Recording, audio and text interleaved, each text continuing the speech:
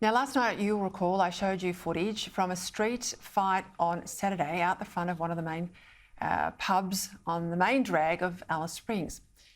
Pretty shocking footage, but for locals, they say we come to expect this night in, night out in Alice Springs.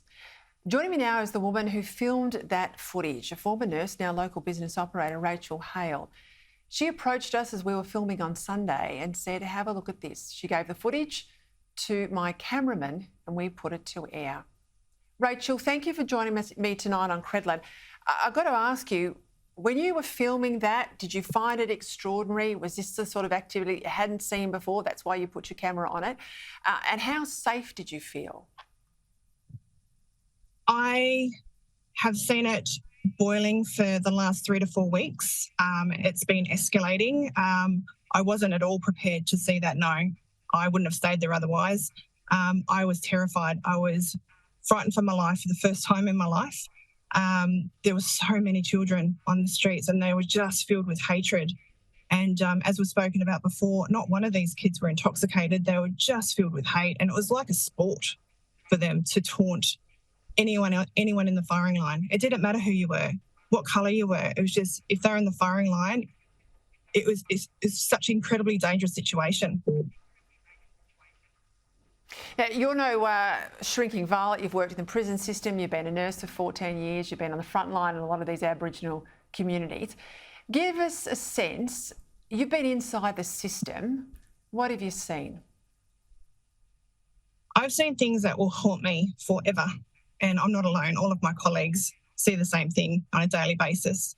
And I've seen a little 4-year-old boy come in with the anal warts, a 6-year-old girl with the vaginal sores, an entire family from the little kids to the parents with the same strain of gonorrhea.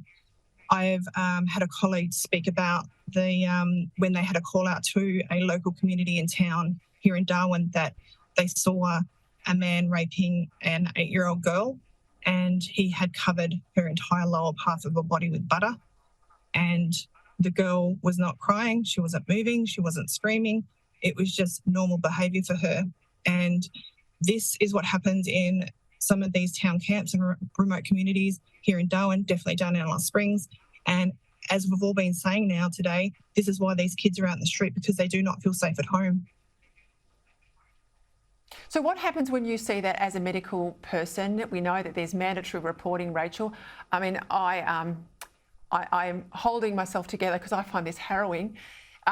What happens when you report that up the chain? There is a multitude of organisations I drove past in Alice Springs, all paid for by the taxpayer to protect these kids. So when you report that, what happens?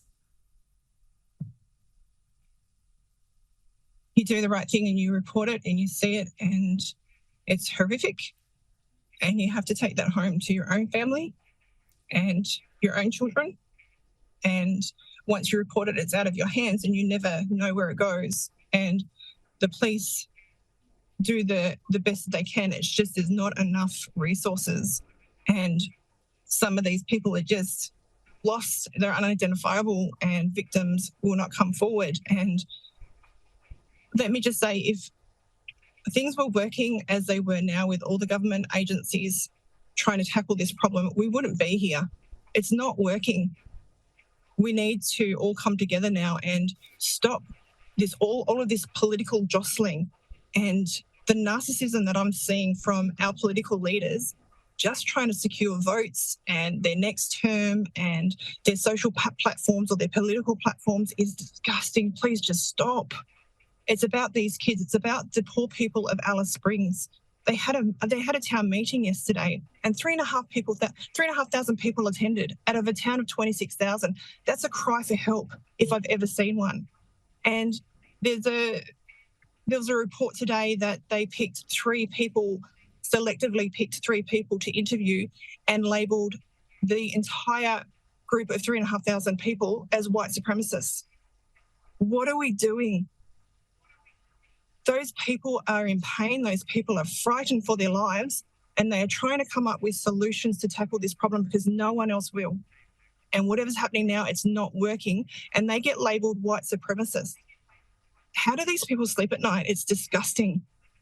Every media outlet in Australia needs to come together now. Every government organisation, every politician, just please get on the same page now. We've had enough.